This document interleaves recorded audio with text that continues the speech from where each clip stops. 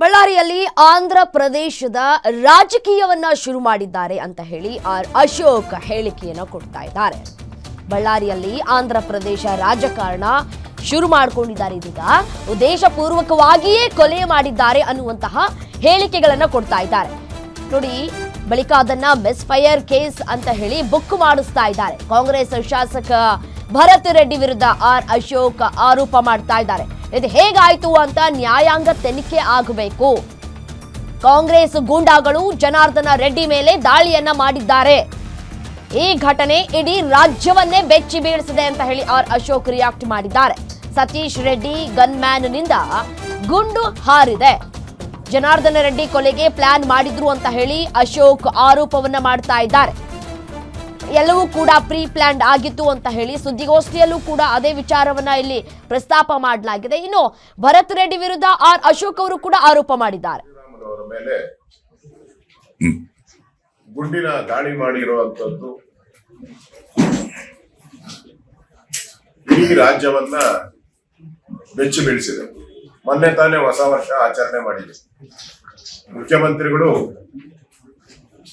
ಹೊಸ ವರ್ಷಕ್ಕೆ ಯಾವುದೇ ರೀತಿ ಘಟನೆ ಆಗದಂಗೆ ಪೊಲೀಸರು ನೋಡ್ತಾರೆ ಅಂತ ಹೇಳಿ ಭರವಸೆಯನ್ನ ಮಾತನ್ನ ಆಡಿದ್ದಾರೆ.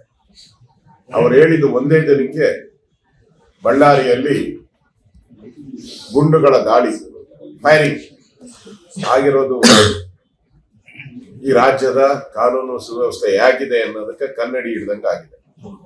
ಒಂದ್ ಕಡೆ ಪೊಲೀಸರೇ ಕಳ್ತನ ಮಾಡಿ ಸಿಕ್ಕಾಕೊಂಡಿರೋದು ಒಂದ್ ಕಡೆ, ಕರ್ನಾಟಕದಲ್ಲಿ ಒಂದ್ ರೀತಿ ಆಂಧ್ರ ರಕ್ತ ಚರಿತ್ರೆ ಕರ್ನಾಟಕಕ್ಕೂ ಕಾಲಿಟ್ಟಿದೆ. ಗುಂಡಾರಿಸುವಂತ ಸಂಸ್ಕೃತಿ ಕರ್ನಾಟಕದಲ್ಲಿ ಇರಲಿಲ್ಲ, ಪೊಲಿಟಿಕಲಿ ಇರಲಿಲ್ಲ. ಇವತ್ತು ಅದಕ್ಕೂ ನಾಂದಿ ಆಡಿದ್ದಾರೆ.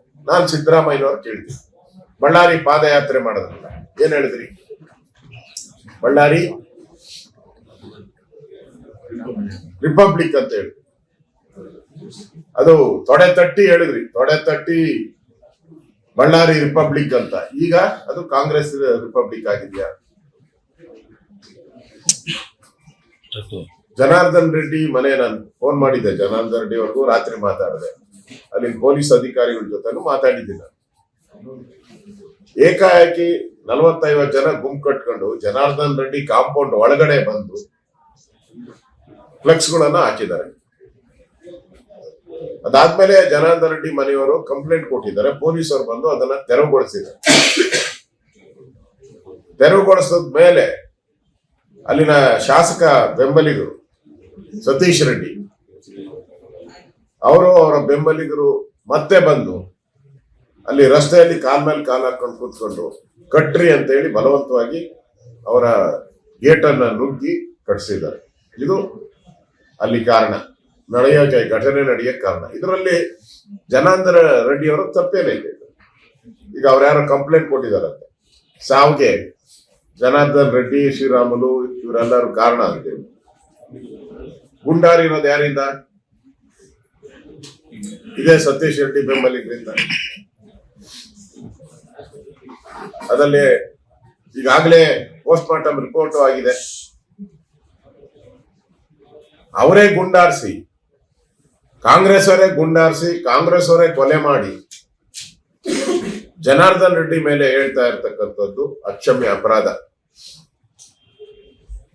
ಅಂದ್ರೆ ಕಾನೂನನ್ನ ಕೈಗೆ ತೆಗೆದುಕೊಳ್ಳುವಂಥದ್ದು. ಮತ್ತೆ ನಮ್ಮ ಗೃಹ ಸಚಿವರು ಯಾರು ಫೋನ್ ಮಾಡ್ಬೇಕಾಯ್ತು? ಅಲ್ಲೇ ಆಗಿರೋದು ಜನಾರ್ದನ್ ರೆಡ್ಡಿ ಮೇಲೆ, ಗುಂಡಾರಿಸಿರೋದು ಜನಾರ್ದನ್ ರೆಡ್ಡಿನ ಕೊಲೆ ಮಾಡಬೇಕು ಅಂತೇಳಿ ಪ್ಲಾನ್ ಮಾಡಿ ಬಂದಿರೋವಂಥದ್ದು. ಇಲ್ಲಾಂದ್ರೆ ಇಡೀ ಬಳ್ಳಾರಿಯಲ್ಲೆಲ್ಲ ಫ್ಲೆಕ್ಸ್ ಹಾಕಿದ್ದಾರೆ. ಯಾರನ್ನ ಕೇಳಿದ್ರ ಇವ್ರನ್ನ? ಅವ್ರ ಕಾರ್ಯಕ್ರಮ ಎಲ್ಲಿ ಬೇಕಾದ್ರೂ ಹಾಕೊಳ್ಳಿ. ಜನಾರ್ದನ್ ರೆಡ್ಡಿ ಮನೆ ಒಳಗಡೆ ಬಂದು ಹಾಕಿ ಗಲಾಟೆ ಮಾಡಬೇಕು ಅಂದ್ರೆ ಇದು ಪೂರ್ವ ನಿಯೋಜಿತ ಸಂಚಿದು. ಜನಾರ್ದನ್ ರೆಡ್ಡಿ ಮೇಲೆ ಹಲ್ಲೆ ಮಾಡಬೇಕು, ಅವ್ರನ್ನ ಹತ್ಯೆ ಮಾಡಬೇಕು ಅಂತೇಳಿ ಮಾಡಿರುವಂತ ಕುತಂತ್ರ ಇದು.